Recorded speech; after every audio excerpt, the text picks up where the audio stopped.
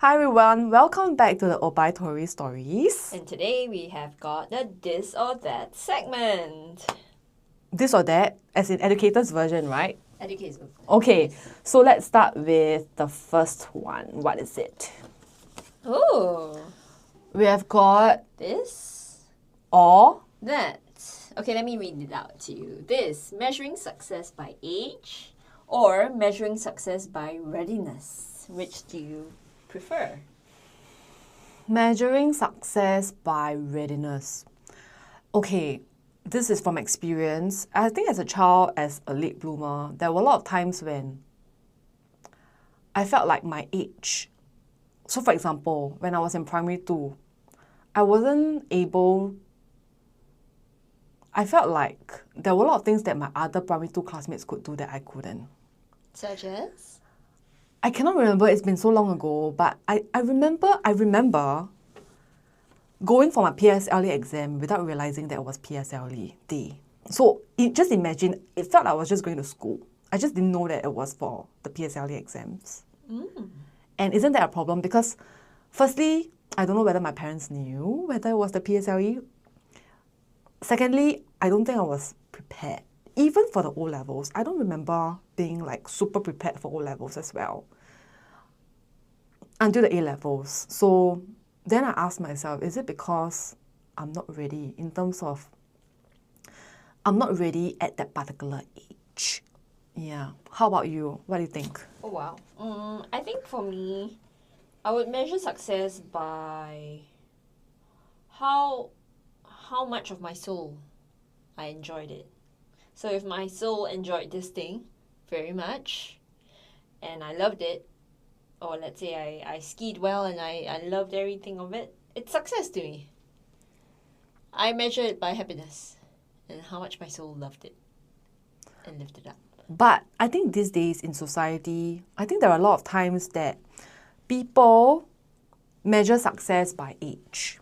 That's why children are being categorized and sorted into playgroups, into nursery, then kindergarten, you have K1 and K2, and then P1 all the way to 6, Sec 1 all the way to 4, then we've got the Sec 5s. I do think that these categories don't mean a thing because, you can be primary 2 and you can start a business and you can be so successful at it. So, success by age doesn't really mean a thing. As long as the child really enjoys it and is finding meaning in what he or she is doing. And of course, I think these children have been well supported by their parents, right? And surely their parents must have encouraged them to do that. Yeah. So I think success by readiness is better than measuring success by age. It's not about how old you are, it's about How ready you how are. ready you are. Yeah. And how supported you are in that readiness. Yes. Yeah. And whether or not that success means anything to you at all. Yeah. That's a very good one. Okay, so we next agree on that same one. Okay, how about this or that? Okay. So we have got comparing students to each other, and then we have got helping students help themselves. I do think, I have something to say about the first one. The top one, I think when we were in school, it's very easy for a teacher to compare classmates to each other. And you as a teacher can tell who are the ones who are going to do well for the exams and who are going to fail. And then you start getting a bit nervous as a teacher because you feel for the ones who are going to fail. And, some parts of you may be wondering, if you're the child, whether you're doing okay. And if the teacher calls out your name too much, you feel very, very anxious because you know something is wrong, right? The last thing you want to do is to be called out by your teacher too much. If a teacher compares you, usually they'll say something like, your handwriting sucks, or my Chinese teacher actually did that to me. She's like, 你看他的作文啊写得不美耶 and then she compared me to another child who's got such beautiful, perfect writing, perfect grammar, everything in Chinese. And I felt ashamed. Honestly, It didn't help me. Yeah, thank you for sharing that. I feel like every single time, I think when it was much younger in school, our teachers tend to want to compare us with other students because maybe they thought that would help. That would push us, motivate us to do better. But it did not for me. It certainly made me dislike the teacher. It certainly made me dislike the subject and dislike Zoan, of all things. Yeah. And research has shown, interestingly, that by comparing students to another better off child who's better off in their work, really limits their potential for growth in that area. So if you know Carol Dweck's research shows about fixed mindset and the growth mindset, children who are often competitive too always get this fixed mindset growth because they believe that they cannot achieve anything more. And as a result of that, they sort of the teachers limit their growth potential. And as a result, they don't persevere as much as the other students. So it's really, really bad and toxic even. I think I would say toxic to compare students to one another. Yeah. Unfortunately. So that's why helping students help themselves is a more empowering way to get children to be more empathetic and to also be willing to help each other out. Yeah. Because if not, can you just imagine that school will be such a competitive environment? Everyone is just out to like compete and to get out to be the best rat in the rat race. which is not very healthy to be fair. Stupid. Yeah. And I think the funny thing, right, is that in a school the school environment should be nurturing, caring, supportive, empowering. But what are we doing to our children if like let's say we start comparing students to each other? And I mean that's the last thing I'll do. I will never want to do that. Yes. Even though sometimes our brains subconsciously compare, right? Why is it that this student is so much better than the other student? But I will never say it out, or I will never even want to make that kind of comparisons because in the first place, it's not healthy. It's not healthy. Yeah. I think it's good for children to pick up a challenge and help children push their limits because there are some kids really who are high ability and they can be pushed and stretched further. But for those who cannot, then it's okay. They are not there yet. I would say not yet. But when the time comes, they can be stretched at a later time. So I do think that if we can empower students, then they have a better opportunity for growth and empowerment. Yeah, which is back to the point on why we think that measuring success by readiness is more accurate than measuring success by age. Yeah, not everyone's ready to go for GEP classes. Okay, next. We have got focus on inquiry and exploration versus focus on content delivery. I think this is quite obvious. Which one you'll pick? I'll pick this. Why? What about you? Why? I would pick this because simply I think learning is always about asking yourself why things are the way they are. Why is it that the sky is blue and why is it that 1 + 1 is 2? And if anyone can help a child answer that is really something that will encourage growth and people will start to learn to want to know more about the subject. So that gives us more depth and allows room for growth. Yeah, but I can also understand why there are so many of us teachers who focus on content delivery because, I mean, ultimately we're preparing we're preparing the students for national exams, right? And most of the time, the first thing on their minds is the curriculum. Do we have enough time to cover the curriculum? Do we have enough time to cover the content before the exams? And then before the exams, you have got your topical tests, you have got your quizzes. And I can understand why we are always rushing to finish content because honestly, we don't want to receive complaints from students or parents to say that the teacher did not cover the curriculum sufficiently or didn't cover it properly and my student still doesn't understand, my child is still lost. And then you don't want that kind of feedback. So you need to focus on the delivery to make sure it's accurate and clear enough for everyone in the classroom to get it.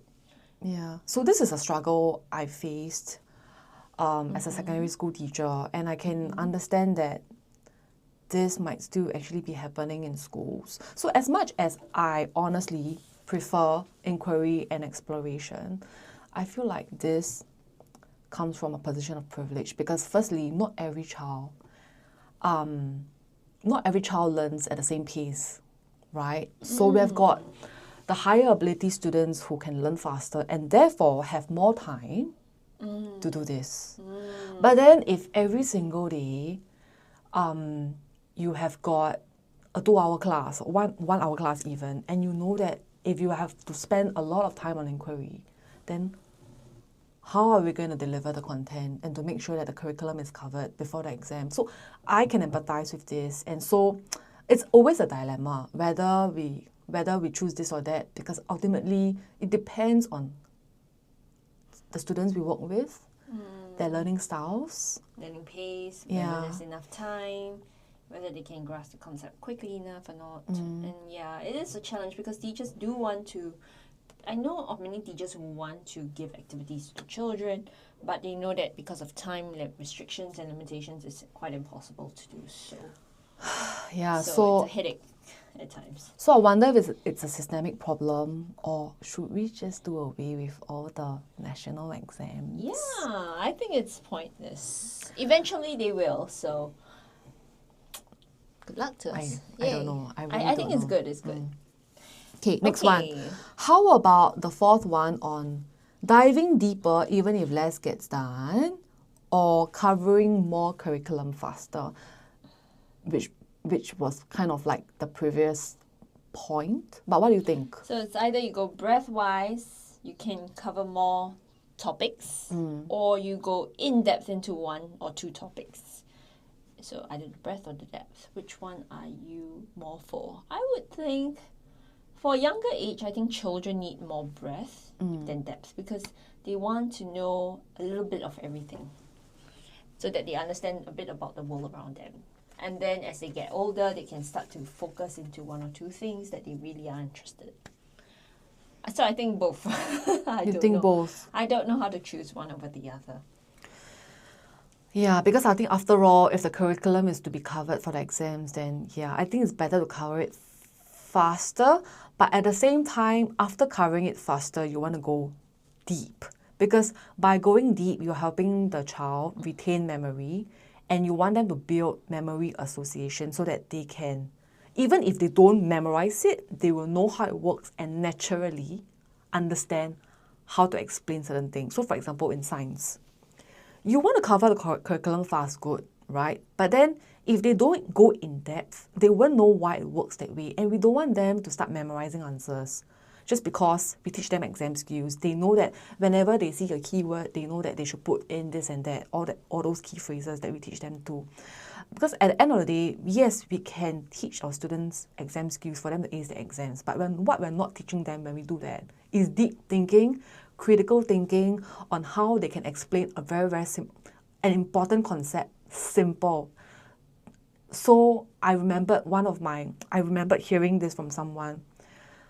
The best students are those who are able to break down a difficult concept into very, very simple concepts such that even an elementary school student or even a kindergartner can understand. I think that is the goal of learning and education here. Exactly. Yeah, well done. Thank you for the answer. Next, we have the last one. This or that. I hear airplanes. Zoom, zoom. Yeah, we are near the National Day. Yeah. Oh, wonderful. Wow, it's coming soon. Here we have this or that. Engaging every student all the time. Or letting boredom spark self-directed discovery.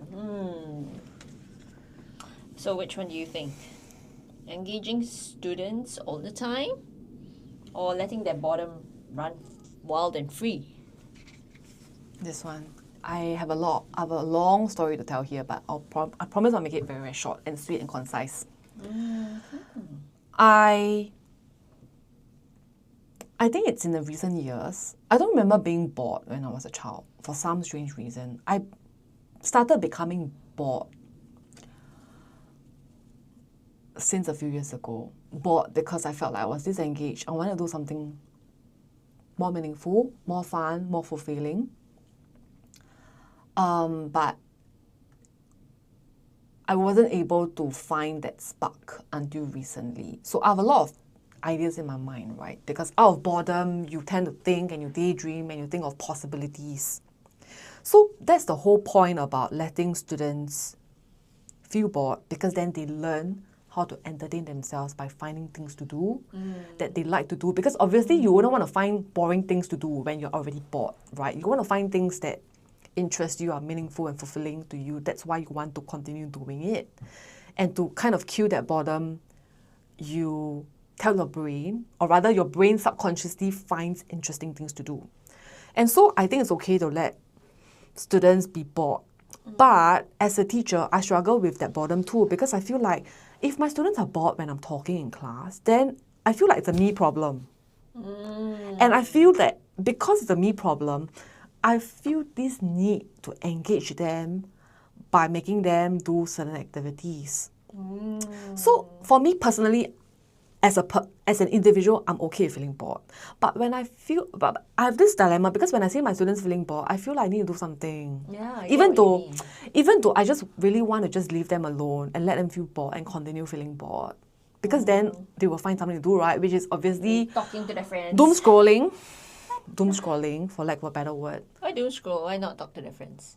I mean, they can talk to their friends, but most of the time, some people know that in class when the teacher is talking, they wouldn't want to talk, so they will use their phones, because that's how they deal with their boredom. Dealing with older kids. When dealing with younger kids, so they only don't have phones. They just want to talk. Correct. So I mean, as much as I want to let them just be bored and then they will deal with it, but at the same time, I also have this dilemma of wanting to engage every student all the time, but at the same time, it's not practical. It's not practical, and that's the problem I have, I think. Well, I think, teachers need to allow pauses in between bullet points, because this boredom allows the child either to process it, because our brain is needing time to process certain information. And even then, a break is always good now and then. So even if they are bored at some point in time, allow it. I think it's good, because that would mean that they know how to self-entertain. And it's a natural thing, because in life, we are not always engaged all the time, right? Yeah. So how can we expect this from ourselves and from the kids all the time? Yeah, correct lah. So letting boredom is okay. We don't always have to engage them, because we're not always 100% engaged in our activity anyway. But I think that said, if their minds are used to do productive things, it's fine when they're bored. But if their minds are used to do very dangerous dangerous stuff, yes, that's when. With that, this is the end of our This or that episode. segment. Bye-bye.